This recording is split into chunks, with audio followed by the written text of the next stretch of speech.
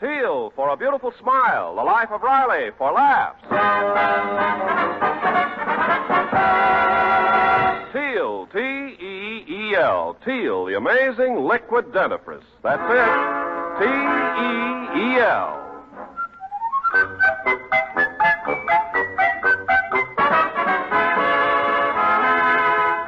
Teal, the amazing liquid dentifrice, brings you The Life of Riley with William Bendix as Riley.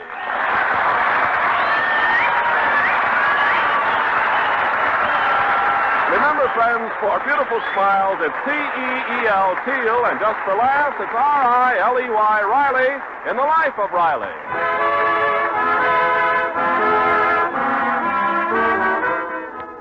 Well, it seems the newest interest in the life of Chester A. Riley is a stray dog that our hero brought home with him. Right now, Riley and his four-legged friend are having a cozy chat in the dining room of the Riley's California bungalow.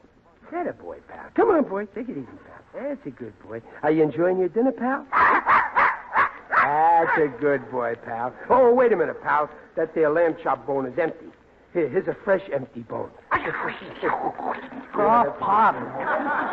Don't let Mom catch you feeding that dog at the table. Oh, watching you eat, pup, gives me an appetite. Here, wash the chop down with some of this noodle soup. That's a good boy. Go ahead. Noodle soup, Daddy. Why don't you feed him dog biscuits? Babs, how can you say that? What do you think this dog is, an animal? Oh, Riley, if you finish your lamb chops, I'll serve the... Riley, you gave him to the dog. Oh. Oh, well, I couldn't help it, Dumplin'. There he was, licking his chops, watching me licking my chops. Well, he is a sweet dog, Riley. But must he make his home on our living room couch? Yes, Daddy, he's full of fleas. He's loaded with them, Pop. Well, all right. Suppose he has one or two fleas. There's a terrible housing shortage, and even a flea has to have a place to live. I don't think that's very funny. Anyway, that dog can't stay on the couch because we'll need it for Sidney Monahan. Sidney Monahan? Oh, I forgot to tell you, Sidney phoned this afternoon. He just got into town. What does that four-flusher want here? Well, he sells insurance now, and he's in town for a day, and he can't get a hotel room, so naturally I told him if he doesn't get a place by tonight, he can stay here. Naturally? What's so natural about it? Just because he was your boyfriend before I married you? Well, he's your friend, too. Well, that was a different kind of friendship. I never went dancing with him, and he never tried to kiss me. Oh, but, Daddy, we have to be hospitable. Sidney's only going to be an overnight guest. Yeah, I know that, Leach. He'll start out as an overnight guest and wind up as a deduction on my income tax. Besides, I don't like the way he's always telling your mother she's beautiful and calling her Peggy Pie. Why, Riley, you're still jealous of Sidney. I am not jealous. Oh, yes, you are, Pop. Why should I be jealous? Has he got more money than I have? Is he better looking than I am? Has he got more brains than I have? All right, so I'm jealous.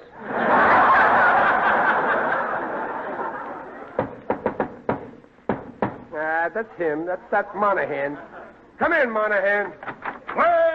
Hello, everybody. Hello, Monahan. Knew it was me, eh, Riley? Recognized the old Monahan door knock. Yeah, I recognize it. Are you still doing it with your head? Same old Riley. Same old obnoxious personality. Save it, Monahan. You can't win me with flattery. Peggy Pie. Do you mind my telling you you're just as beautiful as ever? Yeah, you bet I do. Well, Riley didn't ask you. Go on, Sidney. What were you saying? Peggy Pie, if I didn't know you, I'd take you for Bab's sister. Oh. And Riley, if I didn't know you, I'd take you for Peg's father. I know just how you feel, pal.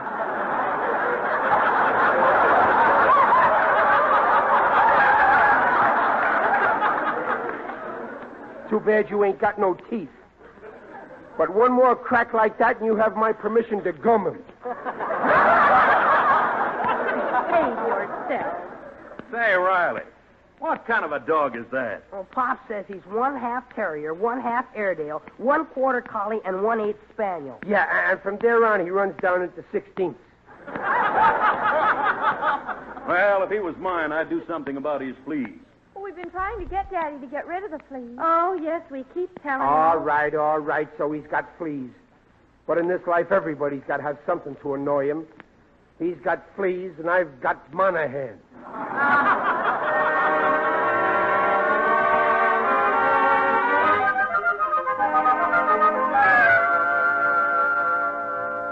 Well, that was a fine dinner, Riley.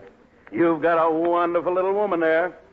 You know, a girl like Peg deserves the best. Yeah, you're right, Monahan. But she's satisfied with me.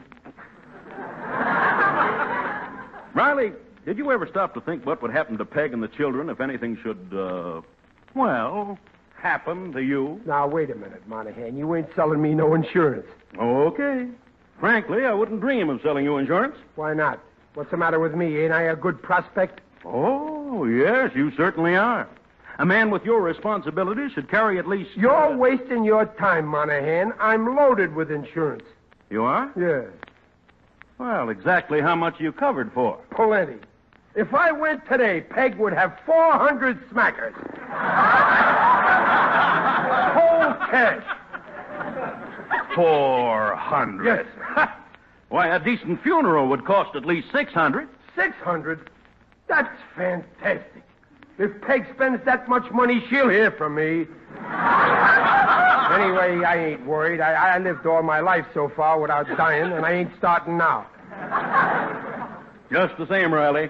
Do you realize that you're risking disaster every time you cross the street? Well, sure, but I don't expect to live in Los Angeles all my life.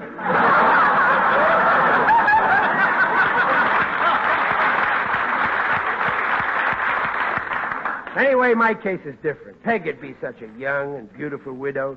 She's a cinch to marry again. Granted, but she'd still be a widow with 2 children. You know, single men, they hesitate getting involved. Unless, of course, the widow has a little something laid aside. You know, Monahan, I never thought of that. But you're right. Say, how much do you think her second husband would want? Well, you ought to carry at least $2,500. And that would satisfy him, huh? It ought to. It's more than I got when I married her. But I'm a sport. Let him have the $2,500. Fine, Riley, fine. I've got the perfect policy for you right here. Now, if you'll just sign it and hand over the $50... Quick, give me that pen, Monahan. I'm signing this before you try to back out. Now, there, I signed it. Boy, all my worries are over now. And get this, Riley. Yes? In case you meet with a fatal accident, the company pays the widow double, $5,000. Isn't that good? For just a fatal accident? Mm-hmm. Oh, that's wonderful. Her second husband will kiss me for that. Oh, another thing. Yeah? In case your accident is not fatal, you still collect. Of course, not as much as if it were fatal. Oh, that don't worry me. If I ever have an accident, it'll be fatal. I'm lucky that way.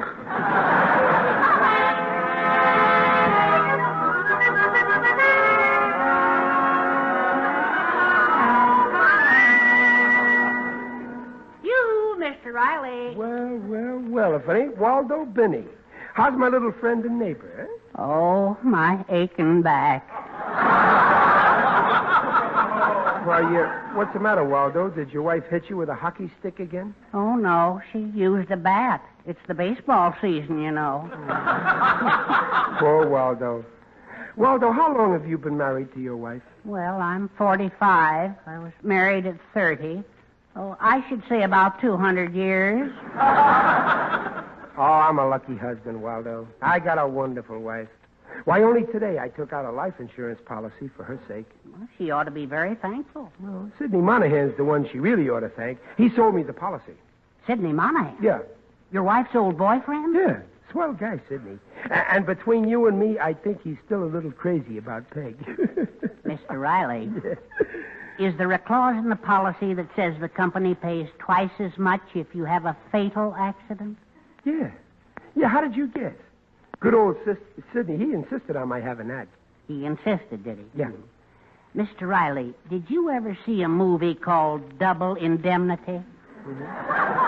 Yeah, that was a swell picture. Wasn't that great where the insurance agent, Fred McMurray, and Barbara Stanwyck murder her husband and make it look like an accident, and then they collect the...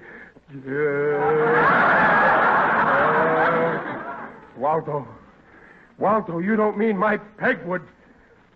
No, not my Peg. She wouldn't. Oh, of course not. She's completely innocent. But I'm sure that Monahan wouldn't mind marrying your widow if she had $5,000. Yeah, that's what Monahan said the second husband would want. But Waldo, this is murder. Are you sure? Well, I can't be 100% sure. But if I were you, I'd rather be me. No, Waldo, you're making a big mistake. Monahan could never take my place with Peg. He ain't got no culture. He don't talk no good English. And he ain't got my loveliness. But, Mr. Riley... And in the second place, there's my kids. They never accept him for a father. Why, don't they like him? No, he don't know how to handle children, but I do. I got a real childish mind. Now, Waldo, now, you're all wrong. After all, let's be fair to Monahan. All right, let's be fair. Let's assume that Monahan is absolutely innocent. Right. Until we prove that he murdered you. Right. Nothing could be fairer than that.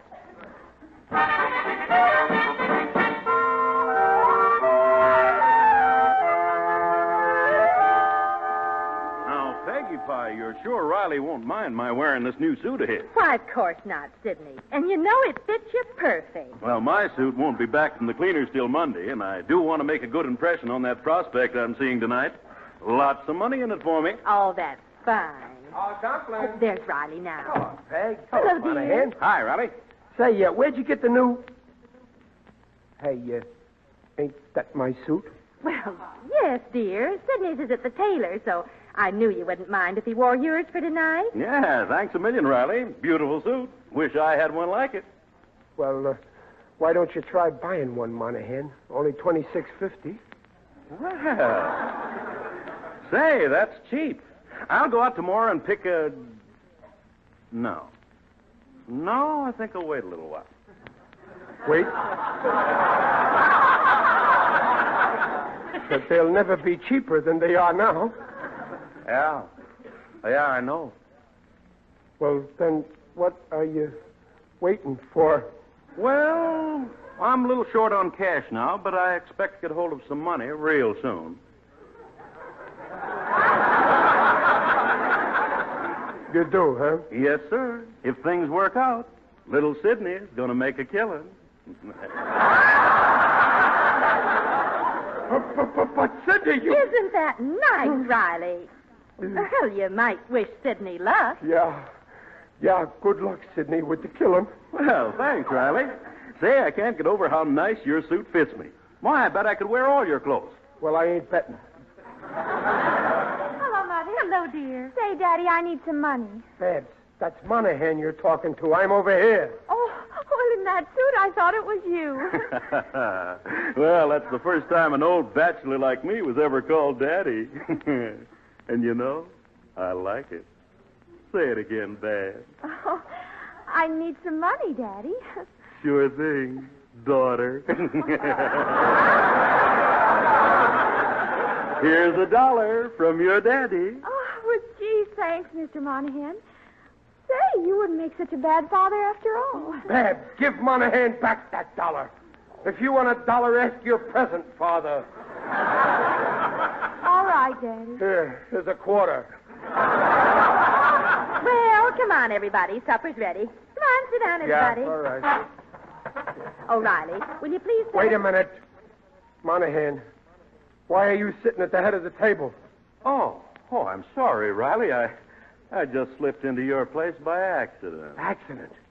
Well, that better be the last accident that happens in this house. Riley, don't get so excited. I'm not excited, but get this straight, Monahan. I don't mind you wearing my clothes and moving in on us and eating here free. But if you ever sit at the head of this table, it'll be over my dead body.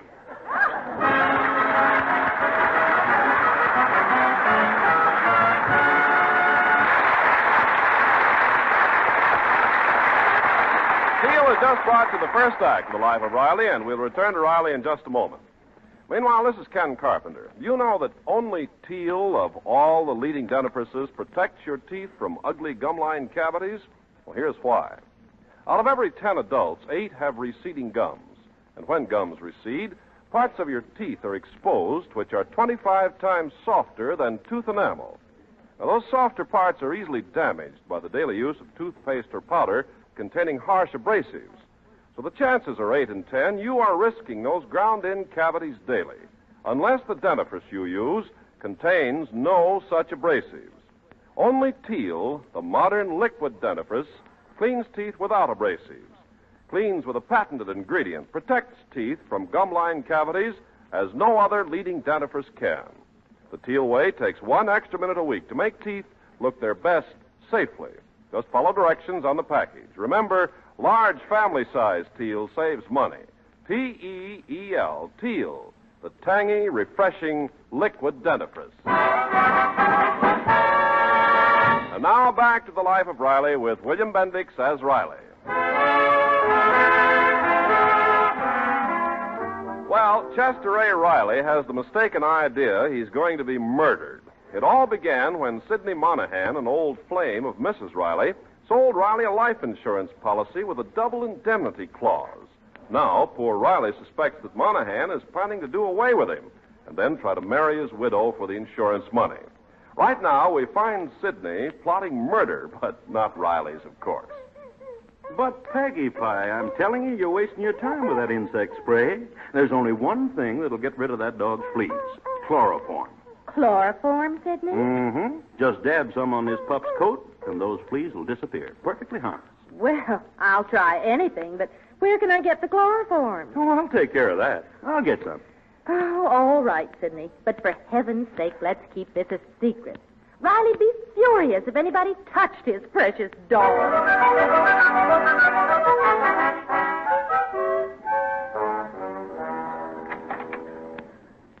Is the coast clear, Riley? Yeah, the house is empty, Waldo. Good. Now we can search his room and get some evidence against that vicious monster. Waldo, I think we're wrong. This guy Monahan's really a sweet monster. Deep down, he's the kind of fellow that wouldn't harm a flea. Mr. Riley, you can't afford to take chances. Look, isn't that Monahan's briefcase there? Yeah. Let's search it for the weapon. Waldo, we can't open that. If Monahan found out, he wouldn't like it.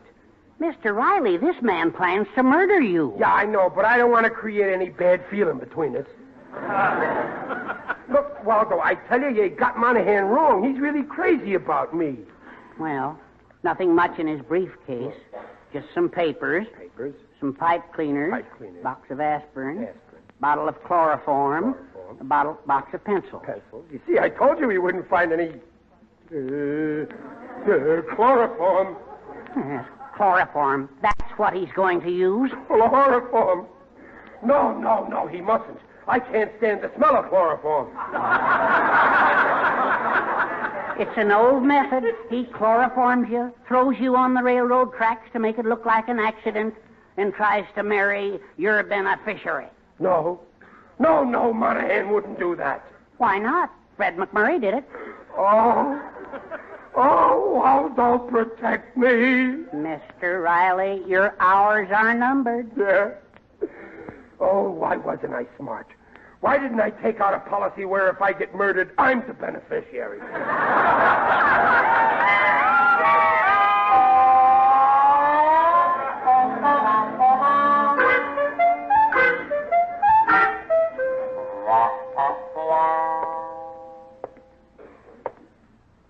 Who there, Riley?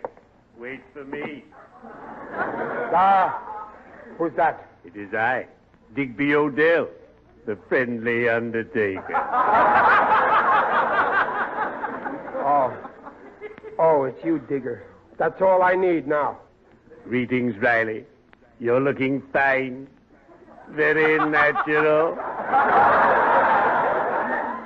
Digger, what are you doing around here? Oh, I've just come from a meeting of my club, the UPUS. UPUS? Yes, the Undertakers and Pallbearers Uplift Society.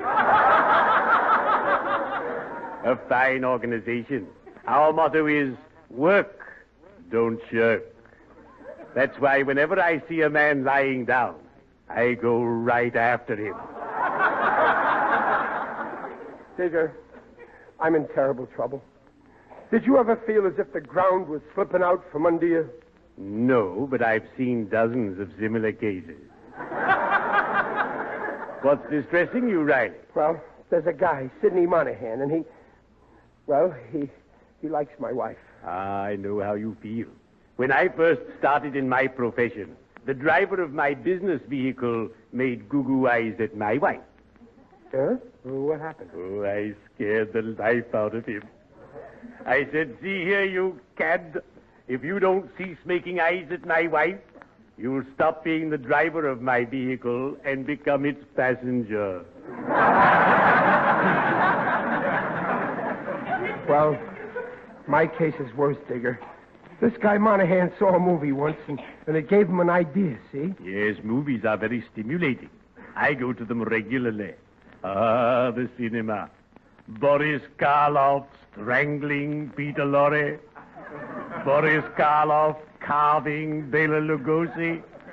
Boris Karloff torturing Sidney Greenstreet. I adore Boris. He's so gay.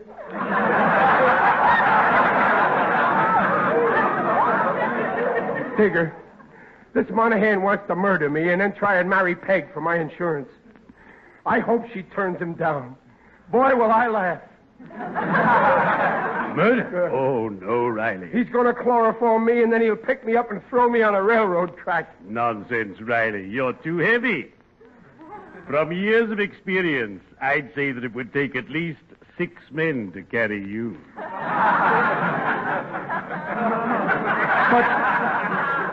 But Digger, I saw the chloroform, I tell you. You did? Yes. Oh, then you must act, Riley. Confront this fiend and expose him to the world.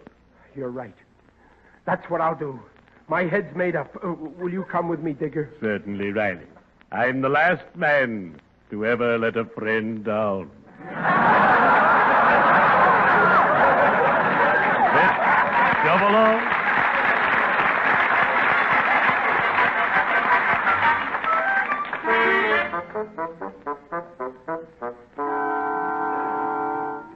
Come on in, Digger.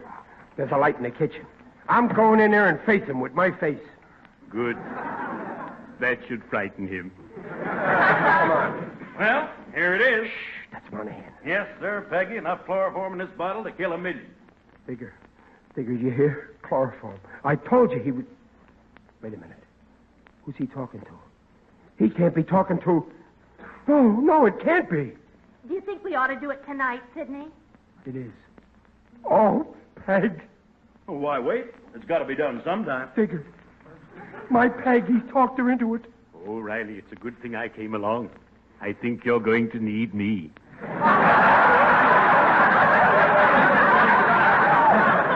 Sidney, you don't think Riley suspects what we're up to? Nah, he never knows what's going on. Well, we could hit him over the head with a lead pipe and he wouldn't know what had happened. No, use the chloroform. Well, all right, let's get it over with. Okay, but it'll be easier if we wait until the dog's asleep. Calling me a dog. That's going too far. Oh, Riley, you heard us. Peg, tell me it ain't true. The chloroform, you weren't going to use it? Well, I might as well confess. Yes, I was, Riley. No, Monahan put you up to this. Now, don't blame Sidney. It was all my idea. Now, look, Riley, I was just trying to do Peg a favor. I know why you were doing it. Give me back that check. What check? The check I gave him for the insurance. Give it to me. But, Riley... Give me that check. All right. Here it is. There. See? I'm tearing it up in 1,000 pieces. There. Riley, have you gone crazy? Murder me for my money, will you? Chloroform me, huh? Chloroform you? Oh, Riley, listen, be sensible. I'm through being sensible. Monahan, I'm going to give you the beating of my life. Take that! Oh, my wrist. I broke my wrist. He's got a cast iron head. Riley, you hit the doorknob. Oh, my wrist. I'll get you yet, you murderer. Oh, no one's trying to murder you, Riley.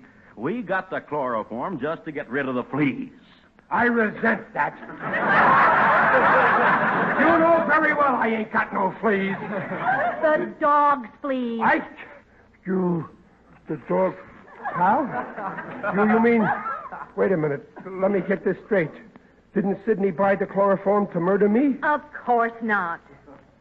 What a revolting development this is. Oh, Riley, how could you suspect for even 1 second that Don't yell at me, Dumpling. Not now. My wrist is killing me. It must be broken. Well, I got one consolation. I'm insured against accidents. Oh, no, you're not, Riley. You just tore up that check for the premium, which automatically cancels the policy. You mean that I don't get paid for this broken wrist? Not a cent. This development is even more revolting than the other revolting development.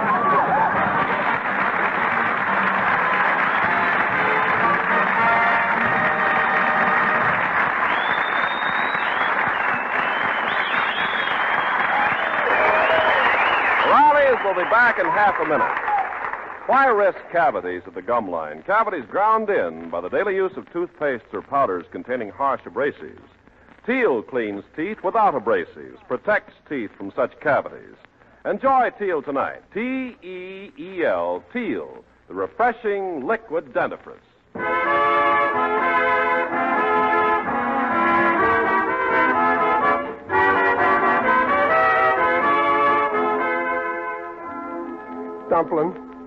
Dumpling, please forgive me, will you?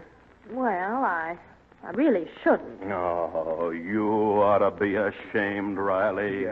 Yeah, I know, but deep down inside of me, I didn't believe it. I apologize to you and Sidney. Well, all right, dear. I accept your apology. Oh, thanks, Dumpling. I could kiss you. And Riley, I accept your apology, too. Oh, Monahan, I could, let's you and me just shake hands, huh?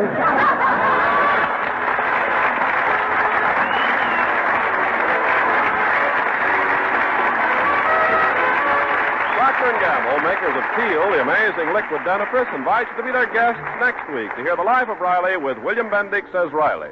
William Bendix appears by arrangement with Hal Roach. The Life of Riley is produced for Teal by Irving Brecker and is directed by Don Bernard. Music by Lou Kozloff. The script by Ashmead Scott, Alan Lipscott, and Reuben Ship. Mrs. Riley is Paula Winslow. Junior is Scotty Beckett. Babs is Sharon Douglas. Digger Odell is John Brown.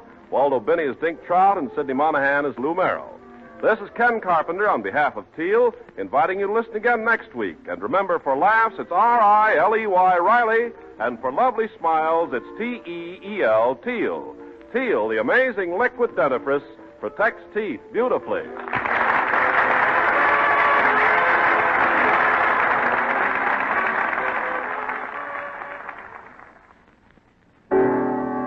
It's a washing miracle for silk, nylon, woolen, dishes. What are you talking about? Dreft. I'll spell it. D-R-E-F-T, Dreft. Yes, ladies, and Dreft spells faster, brighter, safer cleaning than any suds before in history. That's true. Take lingerie, for example. Why, Dreft keeps my dainty underthings fresher and brighter than even expensive soap flakes. Right. You see, Dreft is different from soap. Dreft's rich suds rinse clean and clear. They simply can't leave any sticky deposit the way all soaps do. No wonder Dreft keeps lingerie, stockings, new woolens prettier and brighter far longer than any soap could ever do. With Dreft, there's no soap fading. Yes, and for washing dishes, Dreft is just unbelievable. Why, Dreft makes my dishes shine even without wiping. Every woman knows how dishes washed with soap dry with a greasy film unless you polish them. Well, my Dreft wash dishes drain dry, bright and sparkling. Even glasses sparkle without touching a towel to them. Yes, ladies. Decide now to open up this bright new world of beauty for all your nice things. For your fine washables, for your dishes. So get Dreft in the bright green package.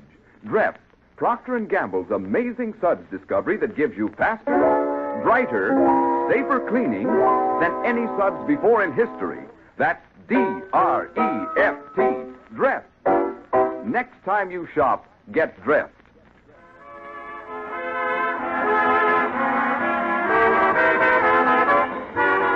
Remember, for laughs, it's The Life of Riley every week at this same time. Good night.